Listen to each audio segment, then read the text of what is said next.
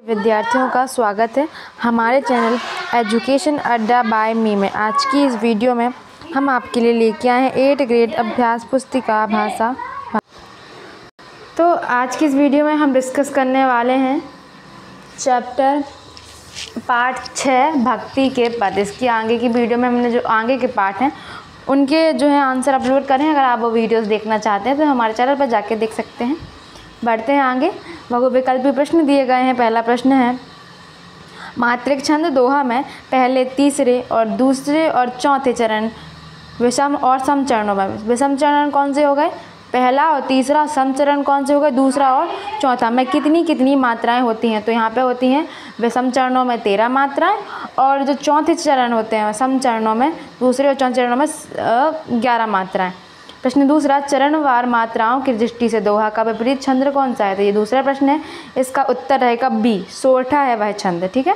प्रश्न तीसरा, मेरो मन अनंत कहाँ सुख पावे पद के रचयिता कौन है? तो ये हैं सूरदास जी। ए इसका ऑप्शन है। प्रश्न चौथा, कमल का पर्यायवाची नहीं है। तो नीरज जो है वो कमल का पर्यायवाची, जलज भी है, पंकज भी है, तो अंडज नहीं है ना। सी इसका ऑप्शन हो जाएगा। अति लघु उत्तरीय प्रश्न, अधम का उद्धारक किसे कहा गया है? तो उत्तर, अधम का उद्धारक ईश्वर को कहा गया है। प्रश्न छठवा, प्रभु जी तुम घन वन हम मोरा। पंक्ति में घन का अर्थ क्या है? इस पंक्ति में घन का अर्थ है बादल। प्रश्न सातवा, गिरधर नागर किसे कहा गया है? तो गिरधर नागर भगवान कृष्ण को कहा गया। किसने कहा है? ये भी याद रखिए, मीराबाई ने कहा गया है, मीराबाई के द्वारा कहा गया है। प्रश्न आठवां, अम्बुज किसका पर्यायवाची शब्द है? तो अम्बुज कमल का पर्यायवाची शब्द है। लघु उत्तरीय प्रश्न, रैदास जी को भक्ति किस भाव की है? रैदास जी की भक्ति किस भाव की? उदाहरण देकर समझाइए। तो ये प्रश्न 9वां है। रैदास जी की भक्ति दास भाव की है, क्योंकि यह प्रभु को अपना दोस्त मानते हैं। मतलब प्रभु को अपना प्रभु माना है और खुद को उनका दास मान बताया है। मेरो मन अनंत कहाँ सुख पावे पद के अनुसार सुख कहाँ प्राप्त होता है? प्रश्न 10वां है।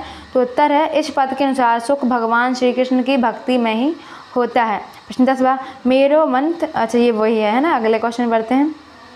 प्रश्न 11वां, तुलसीदास जी ने अपने पद में किस किस के उद्धार का उल्लेख किया है? तो तुलसीदास जी ने अपने पद में मारीच, जटायु, डाकू, अहिल्या, भरत मुनि आदि के उद्धार का उल्लेख किया है।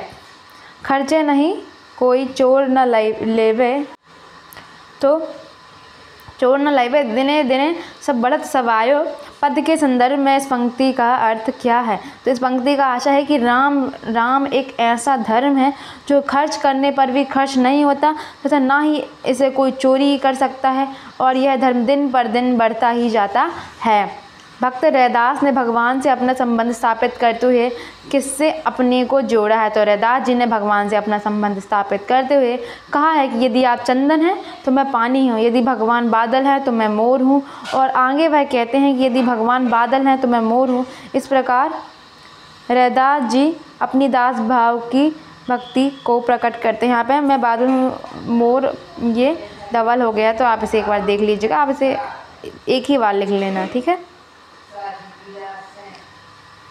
इसके अलावा आप इसके जगह पर आप क्या ऐड करेंगे? 2 बार यहाँ पे लिख गया है, यदि आप भगवान बादल हैं तो मैं मोर हूँ, और वह कहते हैं यदि आप मोती हैं तो मैं माला हूँ, है ना, जिसमें मोतियाँ नहीं, भगवान मोती हैं। अगर भगवान मोती हैं और मैं धागा, है ना, ये एक भी है। आप इसे एक बार देख लीजिएगा, अपनी पाठ्य पुस्तक में ज़रूर लिखिएगा।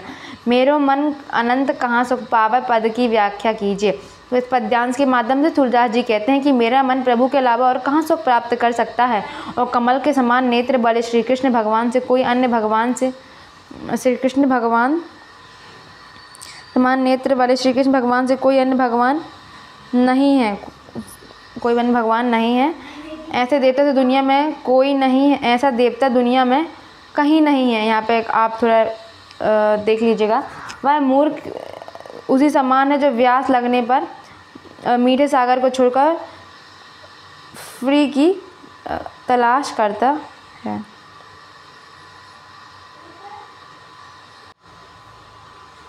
ये लाइन यहाँ पे थोड़ी सी गड़बड़ हो गई है। यहाँ पर तो ठीक है, समान नेत्र वाले श्री कृष्ण भगवान से कोई अन्य भगवान नहीं है, है ना। ऐसे देवता जैसा दुनिया में कोई नहीं है ना। तो ये वाली लाइन जो है, ये 3 लाइन इन्हें आप नहीं लिखेंगे, ये लाइन आप दूसरी लिख लीजिएगा। ये यहाँ पे थोड़े ये ठीक है भाई। मूर्ख उसी समान है जो प्यास लगने पर मीठे सागर को छोड़कर, ये यहाँ पे थोड़ा सा यहाँ पे कुछ और शब्द होना चाहिए, तो आप देख लीजिएगा। छोड़कर, मीठे सागर को छोड़कर फ्री की तलाश करता है, ये थोड़ा शब्द गड़बड़ है, तो आप एक बार देख लीजिएगा। तो वीडियो पसंद आई हो तो वीडियो को लाइक करना, चैनल को ज़रूर सब्सक्राइब कर देना। मिलते हैं अगली वीडियो में जिसमें आगे का चैप्टर डिस्कस करेंगे, और इस पार्ट का जो लास्ट आंसर है उसको भी हम अच्छे डिटेल में अच्छी तरीके से उसमें डिस्कस कर लेंगे। मिलते हैं अगली वीडियो में, तब तक के लिए धन्यवाद।